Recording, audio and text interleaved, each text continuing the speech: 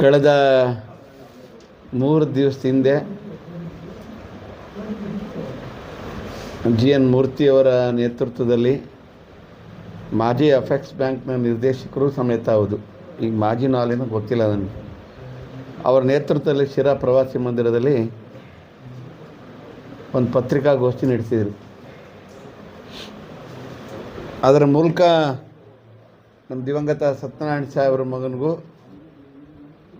ಒಂದು ಸವಾಲನ್ನೂ ಹಾಕಿದರು. ಅದ್ರ ಜೊತೆಯಲ್ಲಿ SR ಗೌಡರ ಇನ್ನ ಪುಣ್ಯಾತ್ಮ ಇತಿಹಾಸನೂ ಹೇಳಿದರು. ಇವತ್ತಿಲ್ಲಿ ಬಂದಿದ್ದಿಷ್ಟೇ, ಸನ್ಮಾನ್ಯ ನಮ್ಮ ಪಕ್ಷದ ಅಧ್ಯಕ್ಷರು ಮತ್ತು ಹಾಲು ಒಕ್ಕೂಟದ ನಿರ್ದೇಶಕರ ನೇತೃತ್ವದಲ್ಲಿ ಎಲ್ಲ ಸ್ನೇಹಿತರು ಈ ಸೊಸೈಟಿಗೆ ಭೇಟಿ ಕೊಡಬೇಕು. ಏನು GN ಮೂರ್ತಿಯವರು ಒಂದು ಸವಾಲು ಹಾಕಿದರು, ನಿಮ್ಮ ಸೊಸೈಟಿನಲ್ಲಿ ಎಷ್ಟು ಡಿಪಾಸಿಟ್ ಮಾಡಿದಿರಿ ಅನ್ನುವಂಥ ಒಂದು ಪ್ರಶ್ನೆಯನ್ನು ಹಾಕಿದರು. GN ಮೂರ್ತಿಯವರು ಕಳೆದ 2 ವರ್ಷಗಳ ಹಿಂದೆ ಏನು ಹೊಸಳ್ಳಿನಲ್ಲಿ ಒಂದು ನೂತನವಾಗಿ ವ್ಯವಸಾಯ ಸೇವಾ ಸಹಕಾರ ಸಂಘ ಪ್ರಾರಂಭ ಆಯಿತು. ಅಲ್ಲಿಂದ ಇಲ್ಲಿನವರೆಗೆ ಅವರ ಕೊಡುಗೆ, ಅವರ ಕಾಣಿಕೆ ಮತ್ತು ಈ ಭಾಗದ ರೈತರಿಗೆ ಅವರ ಸಹಕಾರ ಮತ್ತು ಡಿಪಾಸಿಟ್ ಇದೆಲ್ಲ ನೋಡಿ ಫಸ್ಟು ಅವರಿಗೆ ಸನ್ಮಾನ ಮಾಡಬೇಕು. ನಂತರ ಆ ಸನ್ಮಾನದ ಮೂಲಕ ಮತ್ತೆ ಏನು ಇವರಿಬ್ಬರ ಮೇಲೆ ಆಪಾದನೆ ಮಾಡಿದರು ಇವ್ರ ಕೈಲೂ ಅವರಿಗೆ ಡೆಪಾಸಿಟ್ ಮಾಡಿಸಿ ನಂತರ ಅವ್ರ ಮೂರ್ತಿಯವ್ರನ್ನ ಕರ್ಕೊಂಡೋಗಿ ನಾವು ಅವ್ರಿಗೆ ಸನ್ಮಾನ ಮಾಡಿಸ್ಬೇಕು ಅನ್ನೋ ಕಾರಣಕ್ಕೋಸ್ಕರ ಇಲ್ಲಿ ಬಂದ್ವಿ. ದುರಾದೃಷ್ಟವಶಾತ್ ಶಿರಾದಲ್ಲಿ ಕೂತ್ಕೊಂಡು ಪ್ರೆಸ್ ಮೀಟ್ ಮಾಡೋದು ಭಾಳ ಸುಲಭ, ತುಮಕೂರಲ್ಲಿ ಮಾಡೋದು ಇನ್ನೂ ಸುಲಭ, ಮತ್ತು ಸೋಷಿಯಲ್ ಮೀಡಿಯಾದಲ್ಲಿ ತನ್ನ ಮನಸ್ಸು ಇಚ್ಛೆ ಹೇಳಿಕೆ ಕೊಡೋದು ಮತ್ತಷ್ಟು ಸುಲಭ. ಆದರೆ ಈಗಾಗಲೇ ಪಾಪ ಕಾರ್ಯದರ್ಶಿಗಳು ಅವರ ಅಮಾಯಕರು ಅಸಹಾಯಕರು ಎಲ್ಲನೂ ಹೌದು. ಈ ಸರ್ಕಾರಿ ಇಲಾಖೆಯಲ್ಲಿ ಇದು ಸರ್ವೇ ಸಾಮಾನ್ಯ. ಇಲ್ಲೊಬ್ಬರು ಅಧ್ಯಕ್ಷರು ಕೂತವ್ರೆ, ಬಹುಶಃ ಹಿರಿಯರು, ಅವ್ರನ್ನ ಕೇಳಿದ್ರೆ ನನಗೆ ಗೊತ್ತೇ ಇಲ್ಲ ಅಂತಾರೆ. ನಮ್ಮ ಕಾರ್ಯದರ್ಶಿಗಳಿಗೆ ಕೇಳಿದರೆ ನೋಟಿಸ್ ಕೊಟ್ಟೆ ಅಂತಾರೆ.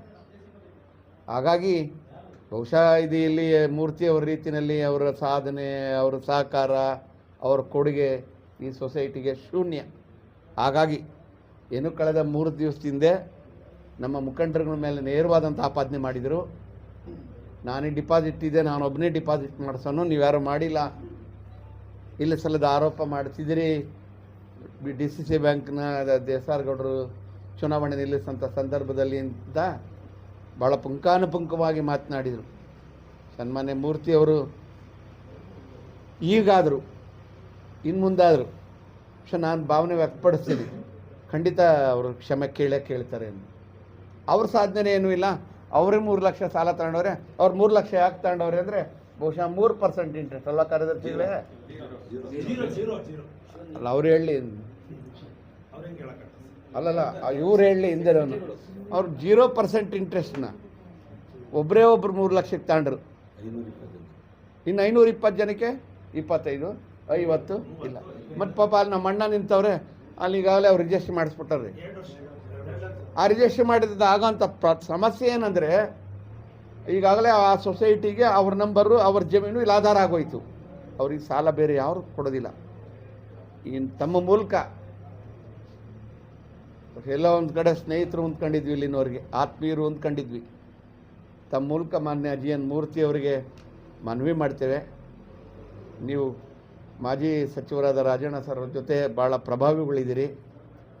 ಈಗೇನು 525 ಜನ ಇಲ್ಲಿ ಸಂಘದ ನೂತನ ಸದಸ್ಯರಿದ್ದಾರೆ.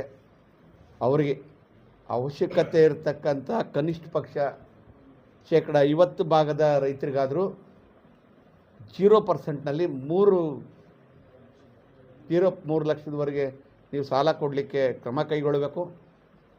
ಅದಾಗದೇ ಹೋದರೆ ಬಹುಶಃ ಸೊಸೈಟಿನಲ್ಲಿ ಸಹಕಾರ ಸಂಘದ ಇಲಾಖೆಗಳಲ್ಲಿ ಅಥವಾ ಸಂಘಗಳಲ್ಲಿ ನಿಮಗೆ ಮುಂದುವರಿಲಿಕ್ಕೆ ಯಾವುದೇ ನೈತಿಕವಾದಂಥ ಯಾವುದೇ ಹಕ್ಕಿರೋದಿಲ್ಲ. ಹಾಗಾಗಿ ಇಲ್ಲಿ ರಾಜೀನಾಮೆನೂ ಕೊಡಬೇಕು ಮತ್ತು ನಮ್ಮ ಮುಖಂಡರಿಗೆ ಹಾಕಿರೋಂಥ ಸವಾಲನ್ನ ಸ್ವೀಕರಿಸಿ ಡಿಪಾಸಿಟ್ನ ಇನ್ನು ಮುಂದಾದರೂ ಮಾಡಬೇಕು. ಆವಾಗಲೂ ಮತ್ತೆ ಅವ್ರು ನುಡಿಕೊಂಡು ಹೋಗಿ ಹೂನಾರ ಶಾಲು ಹಾಕುವಂಥ ಕೆಲಸ ಮಾಡ್ತೇವೆ. ಬಹುಶಃ ನೀವು ಯಾರಾದರೂ ನೋಡೋದಾದರೆ ನನ್ನ ಕಾರಲ್ಲಿ ಹೂನಾರ ಶಾಲು ಟೋಪಿ 100% ಎಲ್ಲ ಐತೆ. ಅದು ನೋಡಿದರೆ ನಿಮಗೂ ಎಲ್ಲ ಖುಷಿ ಆಗೋದು. ಯಾಕೆಂದರೆ ಹೌದು, ಬರೀ ಅವ್ರು ಭಾಷಣ ಮಾಡೋಕ್ಕೆ ಬಂದಿಲ್ಲ, ಶಾಲು ಟೋಪಿ ಹೂನಾರ ಎಲ್ಲ ತಂದವ್ರೆ.